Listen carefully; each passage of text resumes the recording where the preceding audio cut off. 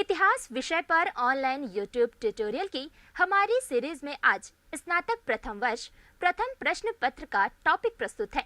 ऋग्वेदिक युग की सामाजिक, राजनीतिक, धार्मिक, आर्थिक दशा। ऋग्वैदिक युग में सामाजिक स्थिति के बारे में वैदिक साहित्य से जो सूचना मिलती है उसमें परिवार, कुटुंब गांव में रहते थे और सामाजिक तौर पर परिवार का एक मुखिया हुआ करता था। परिवार संयुक्त परिवार होता था जिसमें पति, पत्नी, पुत्र, पुत्री के अलावे माता, पिता, चाचा जैसे रिश्तेदार भी रहते थे। और संयुक्त परिवार में एक मुखिया होता था और उसकी पत्नी का गृह पत्नी कहा जाता था, उसका महत्व अधिक होता था। परिवार में पितृसत्तात्मक परंपरा थी। पिता का स्थान सर्वाधिक महत्व का होता था और फिर उस क्रम में दूसरे पुत्र, बड़े पुत्र या योग्य व्यक्ति को मुखिया बनाया जाता था। मनोरंजन में जुआ या पासा ऋग्वेद में महत्वपूर्ण था। रथ दौड़, संगीत, नृत्य, आखेट मनोरंजन के महत्वपूर्ण साधन थे। दूध से बने हुए सामान, दही, खीर, घी का उपयोग अधिक होता था। अनाज में कूट पीस करके मक्खन के साथ मिश्रित करके आज के केक प्रकार का पदार्थ बनाया जाता था। गेहूं और जौ का वर्णन अधिक मिलता है। भोजन में मांसाहार और शाकाहार दोनों उपलब्ध थे। मांसाहार में यह ध्यान देना आवश्यक है कि गाय को अधिक पवित्र मान करके उसका मांस नहीं खाया जाता था। अन्य पशुओं का मांस भूनकर प्रयोग किया जाता था। उस वक्त कपास का वर्णन मिलता है। सूती वस्त्र बनते थे, ऊनी वस्त्र मिलते थे। प्राकृतिक रूप से अन्य प्रकार के रेशम और पत्तों के धागे से बने हुए भी कपड़े बनाए जाते थे। इन कपड़ों में ऊपर पहनने वाले में धोती प्रकार का एक था वस्त्र जिसे वास कहते थे और ऊपर पहनने वाले वस्त्र को अधिवास कहते थे। वास के अंदर पहनने वाले वस्त्र को नीवी कहते थे। ऋग्वेद के सामाजिक जीवन में जाति प्रथा का उल्लेख नहीं प्राप्त होता है और ऋग्वैदिक साहित्य में वैश्य एवं शूद्र का उल्लेख नहीं प्राप्त होता है। वैदिक समाज मूलतः ब्राह्मण और क्षत्रिय दो प्रकारों में बटा हुआ था। इसमें इस समय में अन्य समाजों का वर्णन मिलता है जिसमें पणी हैं, दास हैं, अन्य महत्वपूर्ण का वर्णन आता है। विवाह के संबंध में स्पष्ट तौर पर सूचना दी जाती है कि निकट के संबंधियों में विवाह नहीं होगा, जिसका आशय है भाई का बहन से, पिता का पुत्री से, इस तरह से। जो यम और यमी का संवाद है, यम जो कि मृत्यु का देवता है, वह यमी को संबोधित करते हुए कहते हैं कि तुम किसी अन्य पुरुष का आलिंगन लता वेष्टि की तरह करो। और इससे पता चलता है कि मृत्यु के देवता ने आपसी संबंधों में विवाह को और वैवाहिक रिश्तों को मना किया था। ऋग्वैदिक युग के आखिरी हिस्सों में, जैसा एबी कीथ और मैकडोनेल के वैदिक इंडेक्स में वर्णन आता है, कृषि और कृषि से जुड़े हुए उपक्रमों का लगातार वर्णन आया है जिसको पहले कम महत्व दिया जा रहा था।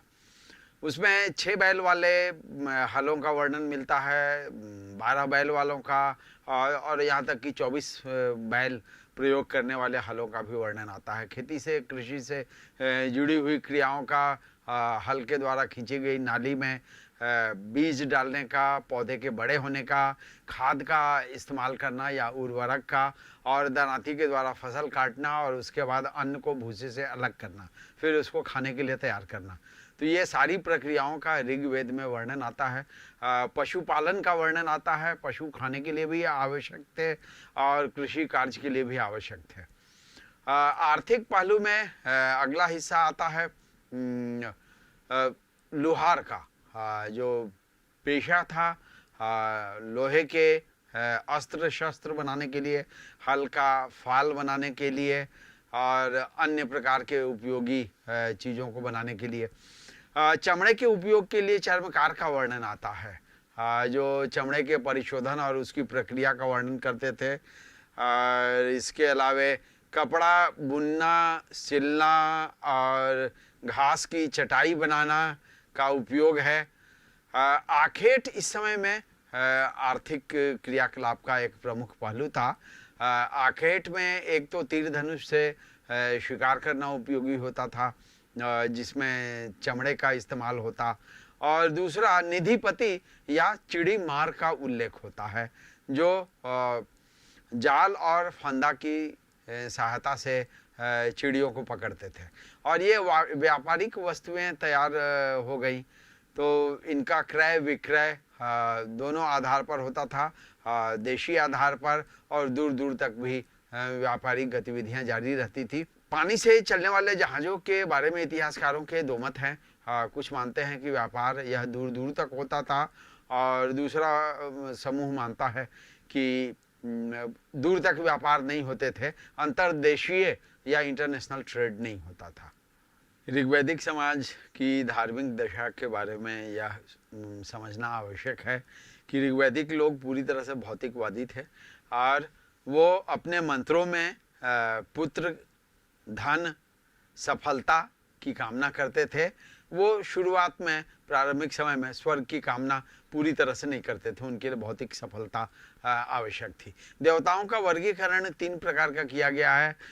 ये पहला प्रकार है स्वर्ग के देवता, जिसमें द्यौस, वरुण, सूर्य आदि आते हैं, और दूसरा प्रकार है वायुमंडलीय देवता, जिसमें इंद्र, रुद्र और मरुत आते हैं। तीसरा है पृथ्वी के देवता, जिसमें अग्नि और शमशान के और अन्य स्थानीय देवता आते हैं। वैदिक युग में एक और ध्यान देना आवश्यक है कि पूजा और यज्ञ का बहुत अधिक महत्व था, और उद्देश्य की प्राप्ति के लिए पूजा करना और यज्ञ करना आवश्यक था। स्वर्ग की परिकल्पना इनकी इस रूप में थी कि वह पितर का लोक है, पितृलोक है, जहाँ हम मरने के बाद जाते हैं और हमें हमारे पूर्वजों से मुलाकात होती है।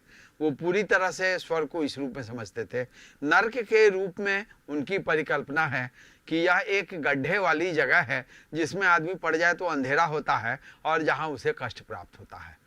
आत्मा के पुनर्जन्म का सिद्धांत ऋग्वैदिक युग में पूर्णतः विकसित नहीं हुआ है। ऋग्वैदिक समाज का वर्णन मोटे तौर पर 1500 BC के आसपास से माना जाता है, और प्रारंभिक काल में, प्रव्रजन काल में, जब भारत में आर्य आए थे, उस वक्त अन्य राजनैतिक स्वरूप स्पष्ट नहीं है।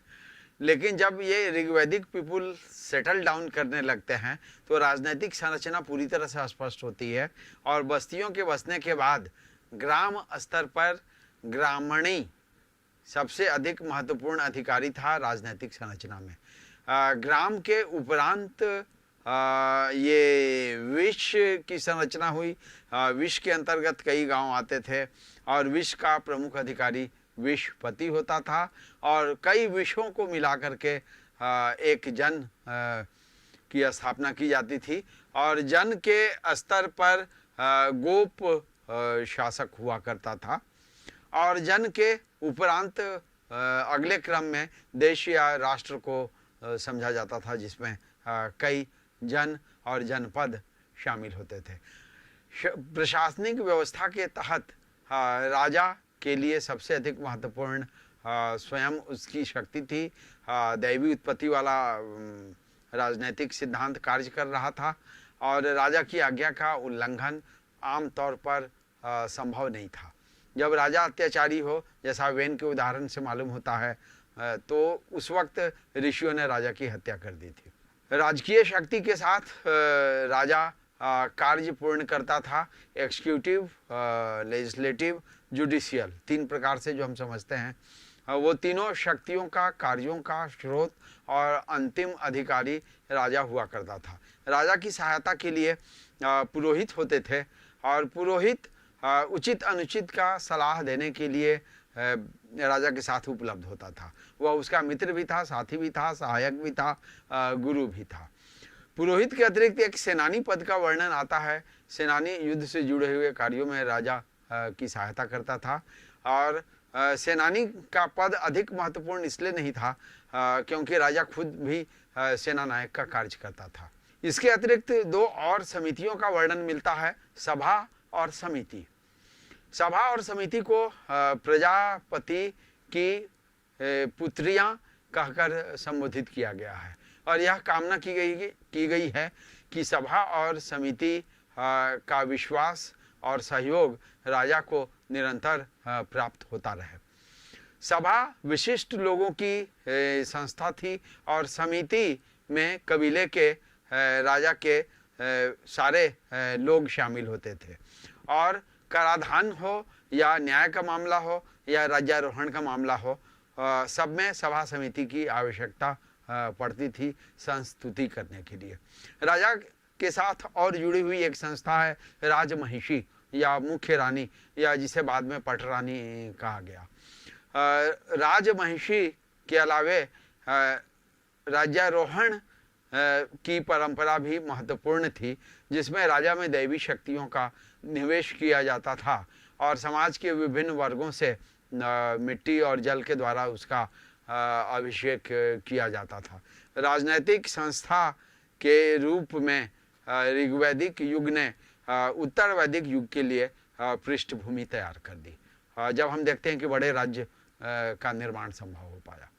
हमारा अगला ट्यूटोरियल वीडियो प्राप्त करने के लिए हमारा चैनल सब्सक्राइब करें या डिस्क्रिप्शन में हमारा व्हाट्सएप ईमेल पता प्राप्त करें। यह पूरी तरह निःशुल्क है।